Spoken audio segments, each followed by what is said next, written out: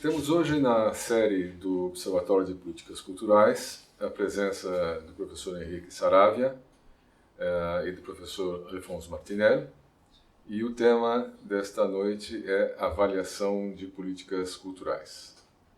E o que eu vou começar a propor para os colegas não é exatamente uma discussão primeiro, de como se faz uma avaliação cultural, quais são as alternativas de avaliação cultural, mas eu vou perguntar se a avaliação de políticas culturais é viável, se ela é efetivamente necessária e por que, mais recentemente, se tem dado tanto destaque à suposta necessidade de uma avaliação cultural. De onde vem a cobrança para que as políticas culturais sejam avaliadas e quase sempre segundo critérios e parâmetros que não são os da política cultural?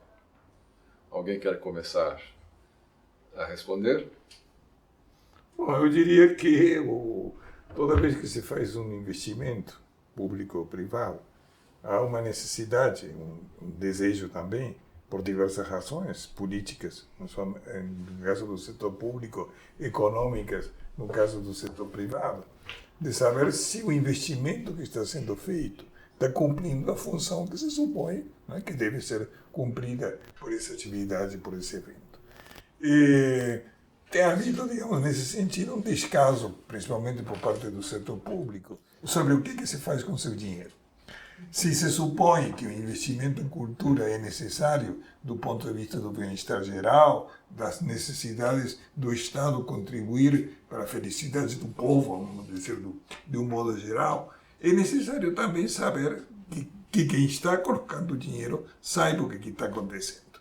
Como a ideia de cidadania é uma ideia que, principalmente na América Latina, custou muito aparecer e a se impor, se é que já está imposta. É necessário, ou se torna necessário, que se dê conta à população, ao contribuinte principalmente, sobre o que se faz sobre o dinheiro.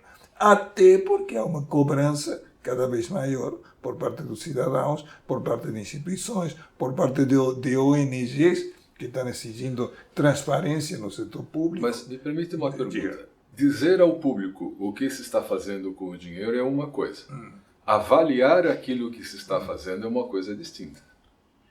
Mas tem uma relação. São duas coisas diferentes, sem dúvida, mas há uma relação.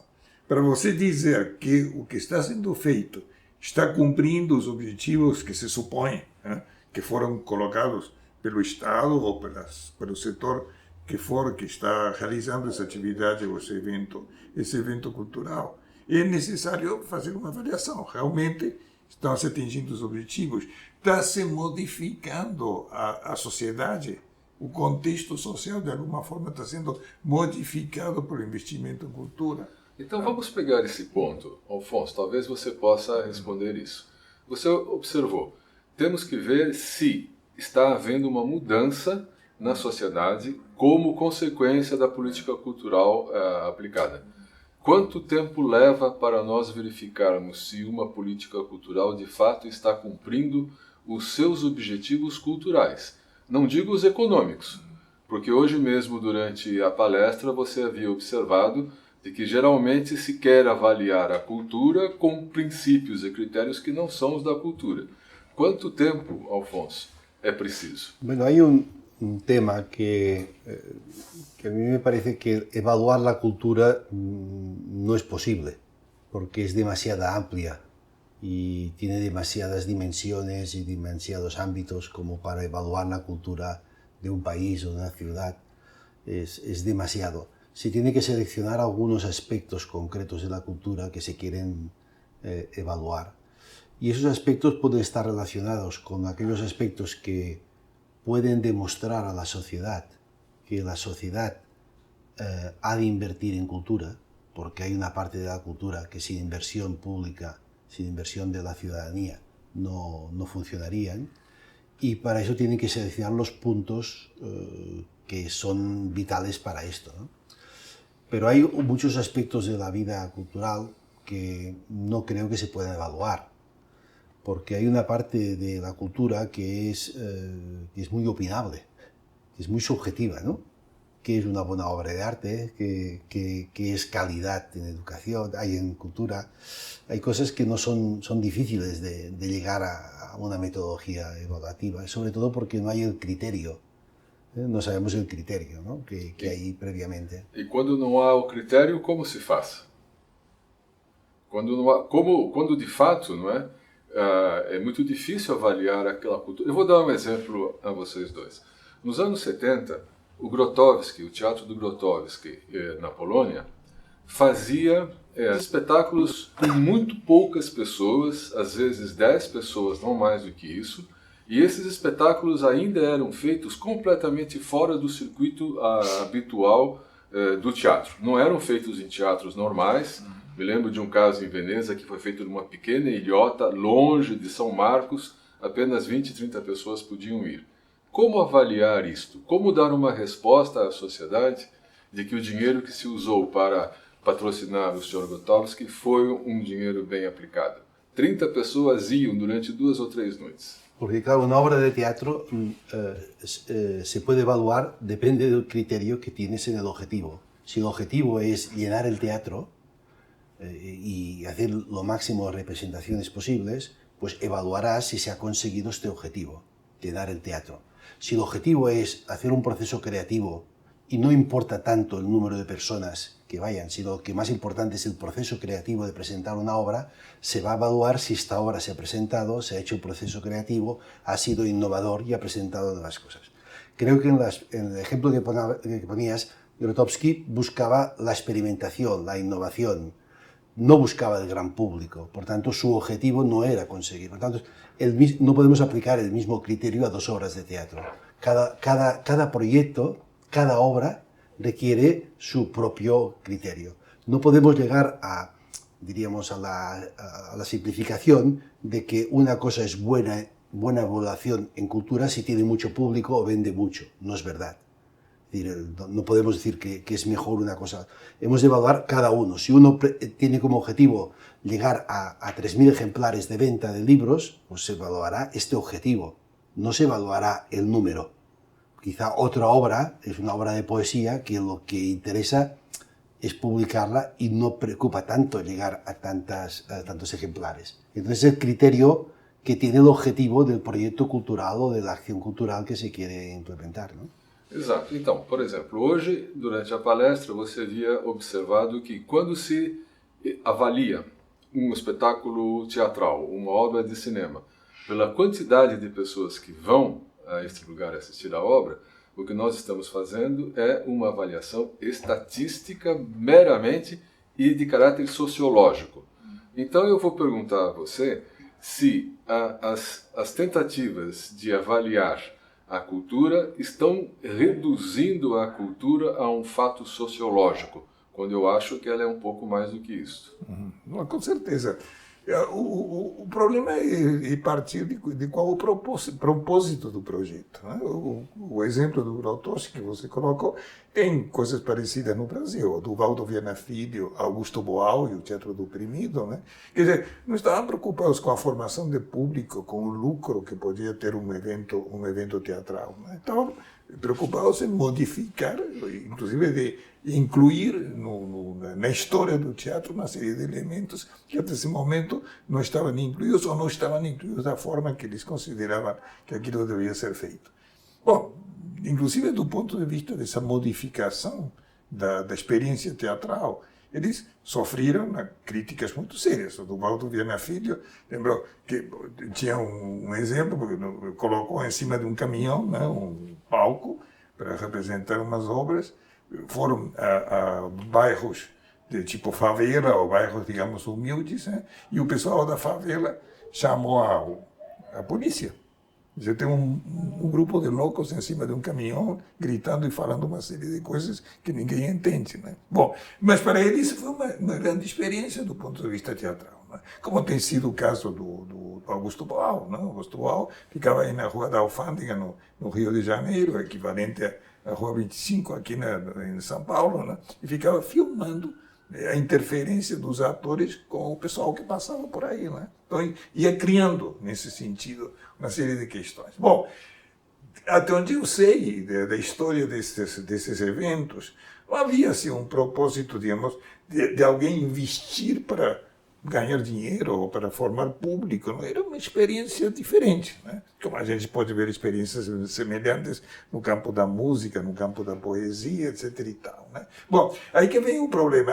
Até que ponto, digamos, isso está influindo no andamento, né, dessas disciplinas artísticas?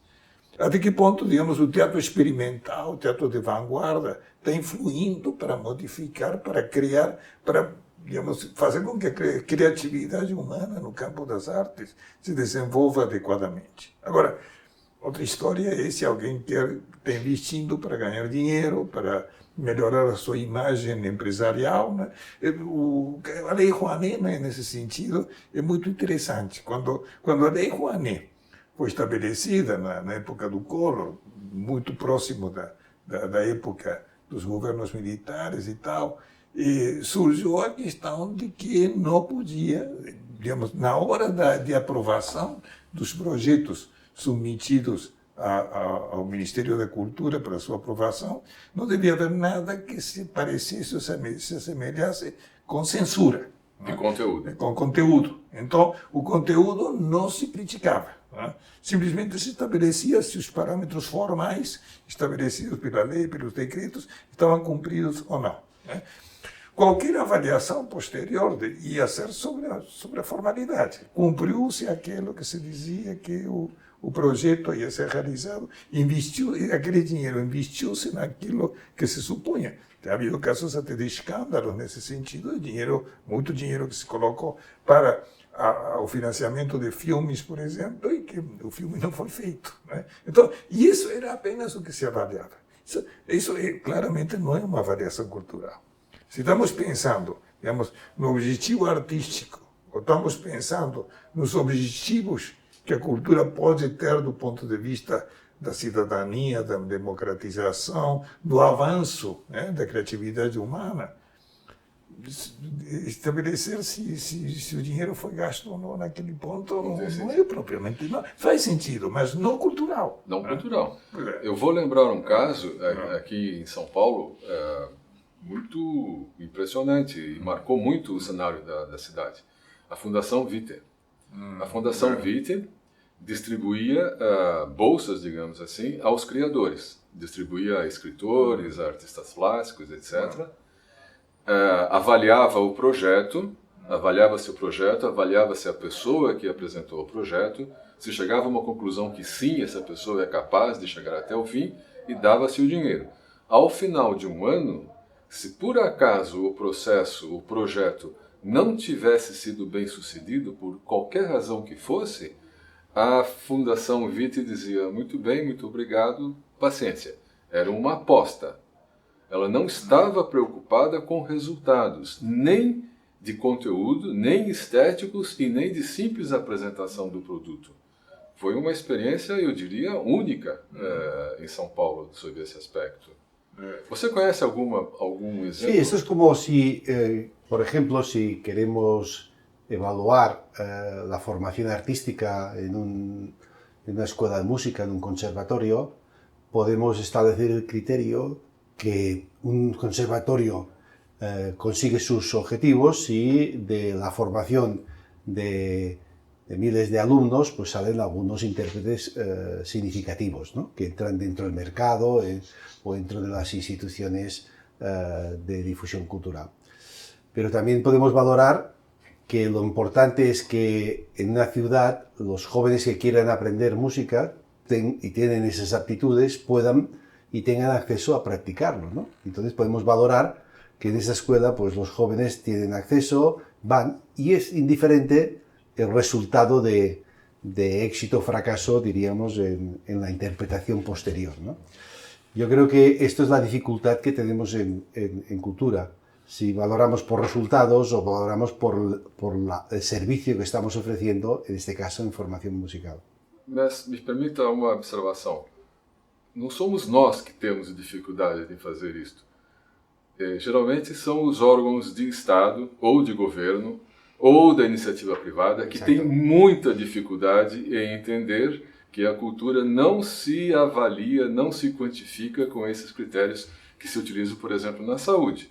Eu posso avaliar o trabalho de um hospital, por exemplo, pelo número de mortos que ele apresenta numa quantidade X de pacientes.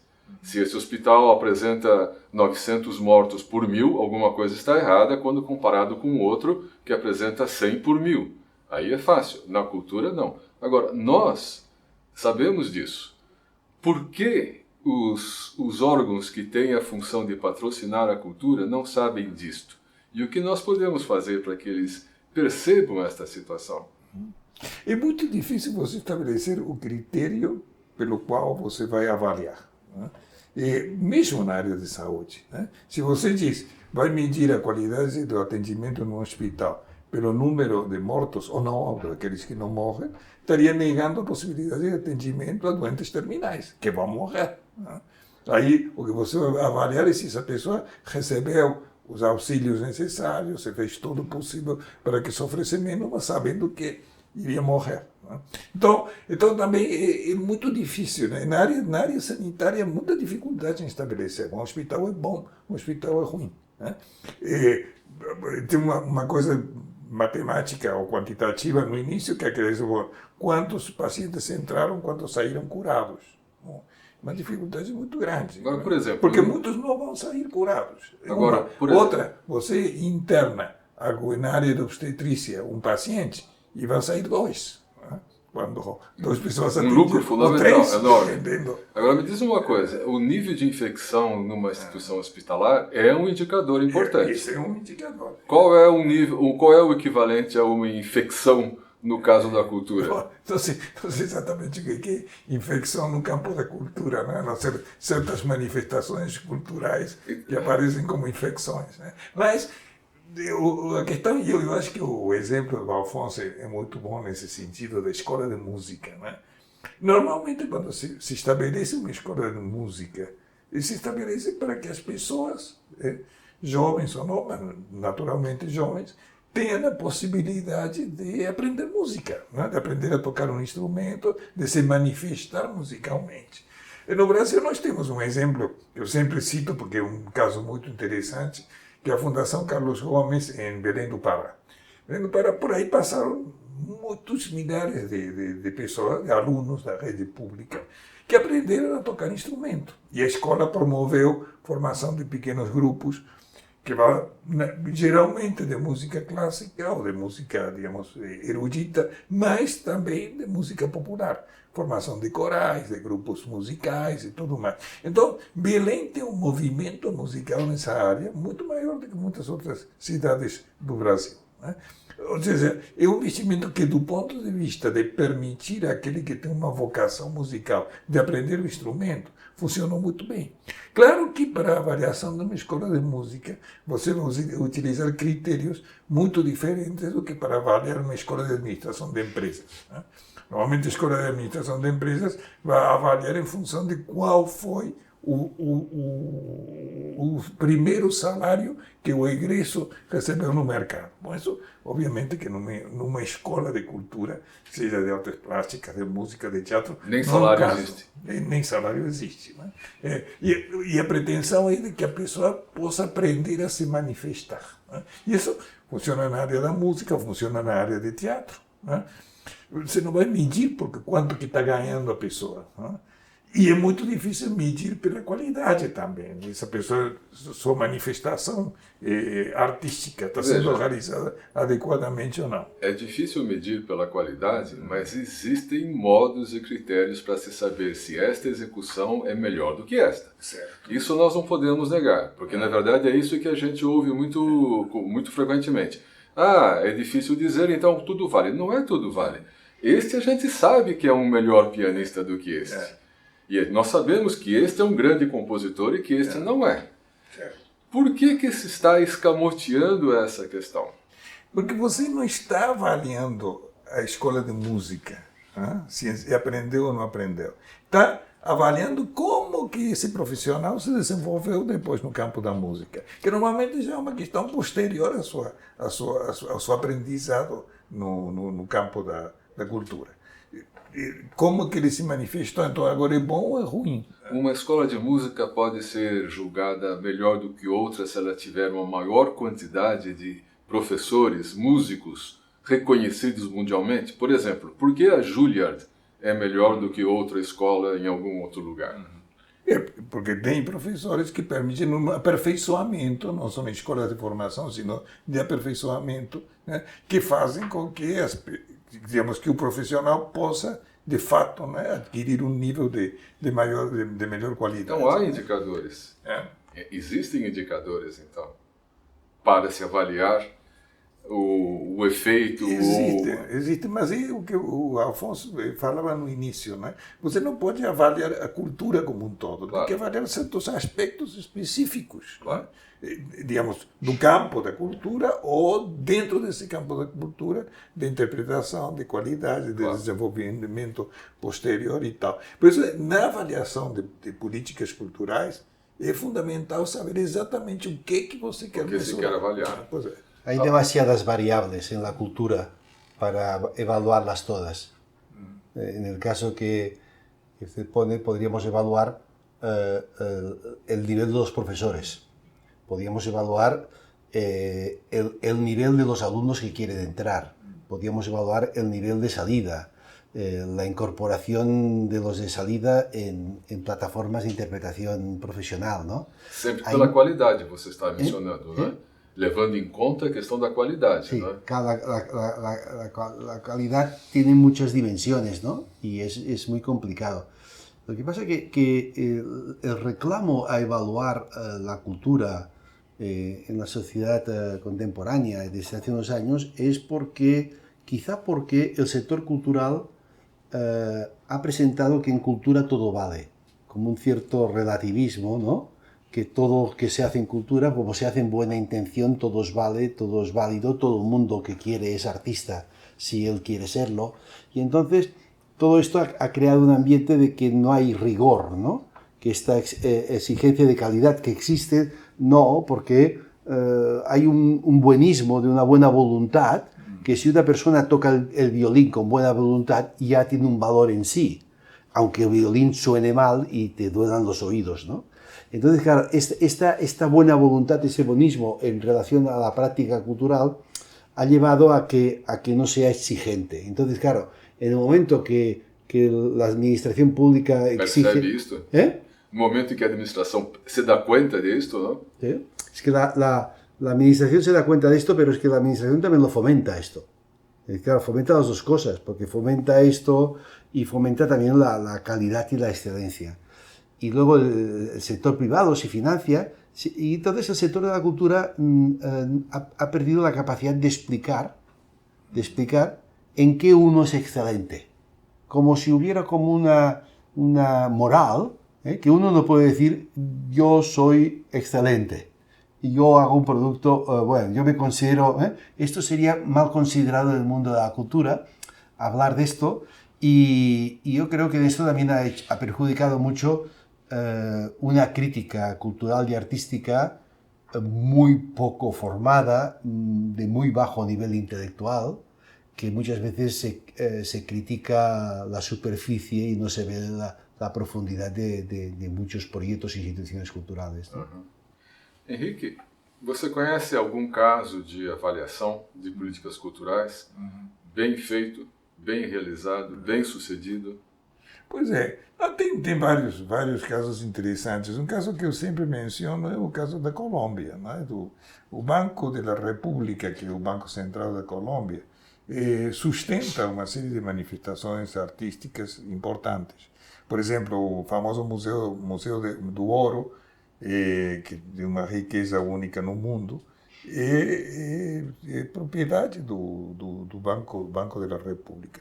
Todo o sistema de bibliotecas populares, que é muito bom em Colômbia, com um movimento muito intenso em torno ao livro, à literatura, mas que tem uma série de outras manifestações e principalmente uma frequentação por parte das pessoas, do público, muito grande, né? Todas elas são gerenciadas pelo Banco da República. Mas aí você está mencionando bons projetos. Esses projetos foram avaliados algum dia? Pois é, o problema é que digamos, houve muita crítica que o Banco Central, né, sustentasse uma série de eventos ou de manifestações culturais. Então, o banco teve que se justificar. Se fez, então, um projeto muito importante de avaliação de impacto da atividade cultural das instituições sustentadas pelo Banco da República, onde se aplicaram todas as técnicas de avaliação de impacto e chegaram-se a uma série de conclusões sobre a contribuição que estava se dando para a cidadania, para a democratização do país, para uma série de questões já político-sociais, né, que foram desenvolvidas, ou que houve consciência sobre elas, a partir dessa ação cultural das instituições sustentadas pelo Banco Central, né. O relatório final é profundamente interessante, até porque para cada uma dessas manifestações foi necessário estabelecer quais são os valores que estão sendo mensurados e, de alguma forma, tentar quantificar tudo isso, né? Inclusive, é um projeto que está na internet, esse relatório final, né? Está à disposição de qualquer pessoa que queira. Quanto tempo levou esse processo? Levou 2 anos. 2 anos. 2 anos, é. E esse projeto de avaliação considerou que lapso de tempo, que período de tempo? Praticamente, digamos, os 2 anos. Dependia muito de qual dessas manifestações. Por exemplo, uma das instituições sustentadas era o Museu Botero, né? De toda a doação que o pintor Botero fez de mais de 100 obras dele, né, com o qual se estabeleceu o museu, e muitos quadros que ele possuía, porque tinham sido presenteados por muitos pintores modernos, né? Mas era muito novo na hora que esse museu, na hora em que se fez a avaliação, então era mais ou menos, além dos 2 anos que durou o processo, uns 2 anos e meio anteriores. Mas o Museu do Ouro é muito antigo, por exemplo, então também como que foi evoluindo isso e qual a contribuição que trouxe para o país em muitos aspectos, né? Porque a minha preocupação é o seguinte, Alfonso. Digamos, eu mantenho uma instituição de cinema e exibo só filmes de altíssima qualidade. E eu quero saber, depois de algum tempo, que efeito a ida a esse cinema de jovens, de pessoas, etc., que eu facilitei, por exemplo, entrada grátis, com todo o apoio, depois de quanto tempo eu poderei realmente saber se aquela iniciativa deu resultados ou não deu resultados? 20 anos? Bueno, o menos, o más, depende. Es decir, porque claro, cuando se evalúa, técnicamente se evalúa un proyecto a final de año, ¿no? Por ejemplo. Mas pero, isso claro, não se avalia nada ao final no, pero do claro, ano. el impacto que tiene, se evalúan los resultados del año. El impacto que tiene esto en que una persona luego es director de cine y dice yo me dediqué al cine gracias a que fui a este servicio y allí aprendí de cine. Terá que esperar 25 anos. Esperar, claro, hay mucho tiempo. Qual governo ou qual iniciativa privada vocês conhecem que tenham feito uma avaliação de 25 anos, quer dizer, uma geração? No, Ninguna. Ninguna, pero esto queda, diríamos, en el relato de la cultura, se va saliendo, ¿no? Porque claro, cuando alguien gana el premio Nobel, le preguntan usted cómo empezó a escribir y te dice, pues yo aprendí a escribir gracias a que tenía una biblioteca popular en mi barrio. El otro que dice, pues yo empecé a tocar música cuando...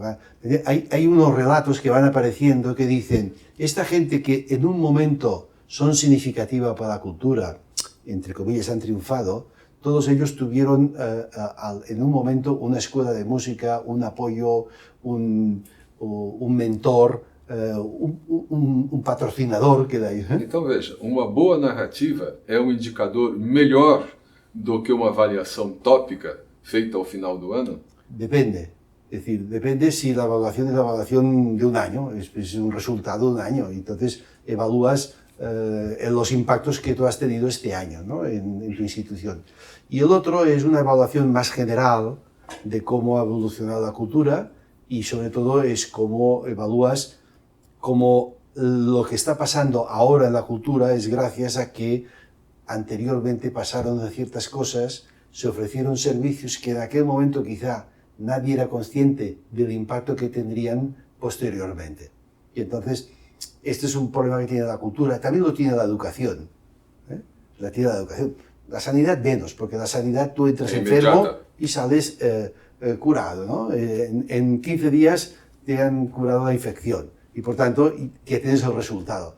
Pero claro, si tú una persona va a un taller de escritura de un centro cultural y esto es la base para que luego se convierta en escritor, o aquel joven que va a la escuela de música y luego se dedica profesionalmente a la música, estos son periodos muy largos y esto, la evaluación, la técnica de evaluación clásica no lo contempla. No contempla. Ahora, tienes que, también eso depende mucho de la estabilidad de las instituciones culturales. Si você está de alguma forma ou outra preocupado com a estabilidade de instituições de alto prestígio. Vamos dizer, por exemplo, os grandes museus do mundo. O Metropolitan de Nova York, o Museu Britânico, o Louvre, públicos, privados, público-privados, são instituições com uma longa tradição, inclusive onde a narrativa foi mudando, desde o momento em que foram estabelecidos a hoje, os propósitos da manutenção do museu foram se modificando. E sofrem avaliações permanentes. Sofrem não, são objeto de avaliações permanentes. Até porque há um desejo de que sejam investidos, há desejos de formar um público e atrair esse público, porque muitas vezes já o objetivo turístico passa a ser importante do ponto de vista do governo francês com relação ao Louvre, porque vai atrair turistas que vão gastar em muitas outras manifestações que não são especificamente a visita ao Louvre, mas o chamariz vai ser o Louvre. Como em Nova York pode ser o Metropolitan ou o Museu Britânico em Londres. Bom, então aí você vê, há avaliações permanentes sobre o seu funcionamento, mas que vão mudando dependendo de quais são os resultados que se esperava em cada época, desde o momento em que foram estabelecidos, em muitos casos, mais de um século, vários séculos atrás. Então, e aí então isso vai mudar muito. Está vendo, por exemplo, as avaliações últimas do Museu degli Uffizi em Florença. Bom, está bem, né? Hoje, digamos, o governo italiano está investindo aí em função de questões que estão relacionadas com problemas ou desejos ou objetivos que são do presente, que não estavam presentes quando esse museu se formou e se organizou. Né? Bom, então, quer dizer, há nesse sentido uma variedade imensa de possibilidades enquanto quais são os objetivos de avaliação. Né?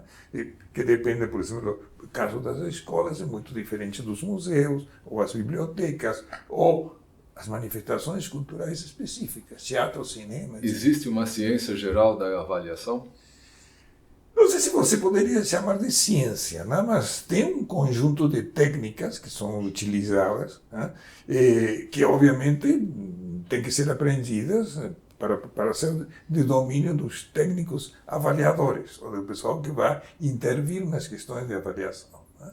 Então, não se chamar isso de ciência, né? Mas há um conjunto de técnicas que configuram pelo menos uma disciplina de avaliação. Né? De avaliação de quê? Ou de políticas públicas, ou de instituições, ou de projetos específicos. Pero no han creado un conjunto de técnicas importadas de otras ciencias sociales, pero no se ha llegado a crear un corpus sobre, por ejemplo, como en el campo de la ecología se ha creado un corpus conceptual sobre lo que es un impacto ambiental, a partir de la incorporación de aportes de diferentes ciencias, de la biología, de la meteorología, de diferentes ciencias, y se convierte y dice, esto es un impacto ambiental, y esta es la forma de medir un impacto ambiental, y hay una metodología. En cultura no se ha investigado a crear una metodología con los aportes, lo que sean, y lo que se hace es trasladar técnicas que se usan en otros sectores de políticas públicas, otros sectores a la cultura, y muchas veces no son técnicas adecuadas, ¿no? Porque la evaluación es un paradigma que procede de la educación, ¿eh? Y entonces no podemos olvidar que en educación estaba muy claro. Você faz os exames finais. Sabe escribir, no escribir, etc. Y claro, este paradigma no es muy aplicable a la cultura. Necesitaría una fuerte investigación para crear un corpus y un cierto consenso intelectual de lo que entendemos como impacto cultural. Y esto no disponemos de este conocimiento, y por lo tanto lo que hacemos es adaptaciones, y que algunas son más exitosas en un aspecto, otras, pero no le falta cuerpo propio. Agora, como já nos aproximamos do final, eu faria talvez uma pergunta também derradeira. A formulação de um procedimento, de uma metodologia de avaliação é muito difícil, pelo que você diz. Por outro lado, eu tenho a sensação e a impressão, e mais do que isso, a convicção de que a sociedade e, sobretudo, os órgãos encarregados de fomentar a cultura perderam a fé na cultura, digamos assim. Houve um momento na história da civilização em que se acreditava que a cultura era um elemento fundamental no desenvolvimento humano da pessoa. E era através do desenvolvimento humano da pessoa, de cada indivíduo, que nós poderíamos ter uma sociedade melhor. Me parece que a sociedade perdeu a fé no valor da cultura enquanto algo concreto, e por isso surgem técnicas que não conseguem efetivamente demonstrar o valor da cultura, numa vez que usam, como você falou, outros elementos que nada têm a ver com a cultura. Então, no momento em que se perde a fé, a palavra é inadequada, mas se perde a confiança, se deixa de acreditar no valor da cultura, é preciso que nós outros formulemos técnicas para tentar convencer os donos do poder de que vale a pena investir na cultura. Isso lhe parece de alguma maneira pertinente? Absolutamente. Né? Quer dizer, com certeza, né, de que nós estamos passando uma situação em que se coloca em julgamento o valor da cultura. Todo esse movimento que tem havido recentemente no Brasil, em vários países, de extinção do Ministério da Cultura, extinção das instituições culturais e, no caso mais leve, diminuição dos orçamentos relacionados com cultura, está mostrando de que a cultura não interessa, né? E que não há nenhum cuidado, né, em manter as grandes manifestações de cultura, como já foi em outras épocas. Né? Houve outras épocas em que os governos construíam, por exemplo, grandes teatros de ópera que tem em toda a América Latina, né? No Brasil, o Teatro Municipal em São Paulo, o Teatro Municipal no Rio, o Teatro Amazonas em Manaus, o Teatro José de Alencar em Fortaleza. Quer dizer, tem uma porção de teatros que foram estabelecidos numa determinada época, porque era não apenas, digamos, uma manifestação cultural legitimada e desejada pela sociedade, como também uma forma dos governos aparecer com grandes obras que a colocavam à altura das grandes civilizações no mundo. Bom, isso infelizmente desapareceu. Hoje não se dá importância. Mais ainda, estamos vendo a crise das próprias instituições. Para que ter um Ministério da Cultura, se isso aí seria alguma coisa supérflua, né? Perfumaria, como se diz. Né? Num outro momento, vamos discutir até que ponto o Ministério da Cultura é realmente necessário ou não, quando chegarmos à questão da institucionalidade. Mas, Afonso, para terminar, há algum modo de nós reinjetarmos confiança, não digo das pessoas, mas dos órgãos aos quais cabe fomentar a cultura? Há como reinjetar esperança? Bueno, yo creo que el sector de la cultura tiene una buena salud, es decir, que está funcionando muy bien a pesar de la institucionalidad. Y creo que las nuevas formas de producción, de creación, las nuevas generaciones están construyendo una nueva forma de articular la cultura, que quizá no necesita tanta dependencia del Estado. Y el Estado también ha demostrado que el Estado ya no necesita la cultura, porque el Estado usó la cultura en un momento determinado para un proyecto político. Y ahora la cultura yo creo que es más libre y el Estado no la puede controlar. Por lo tanto, hay una buena salud y por tanto aquí hay esta confianza. Quizá no es necesario que los gobernantes tengan confianza en la cultura, sino que la ciudadanía tenga confianza en la cultura. Cuando la ciudadanía sale ante un hecho concreto a defender la cultura en la calle, es que ven en esto algo importante para sus vidas, ¿eh? Y no lo va a resolver la institucionalidad, lo va a resolver si hay oportunidades, si como hablamos antes, la gente joven encuentra oportunidades, porque si tienen necesidades de formación creativa, artística o voluntad de entrar en los procesos creativos, tengan esas oportunidades, que creo que cada vez existen más, se socializan mucho más que los se socializaban antes. E com esta nota positiva e otimista, nós podemos encerrar o programa hoje e agradecer a presença dos dois colegas. Graças.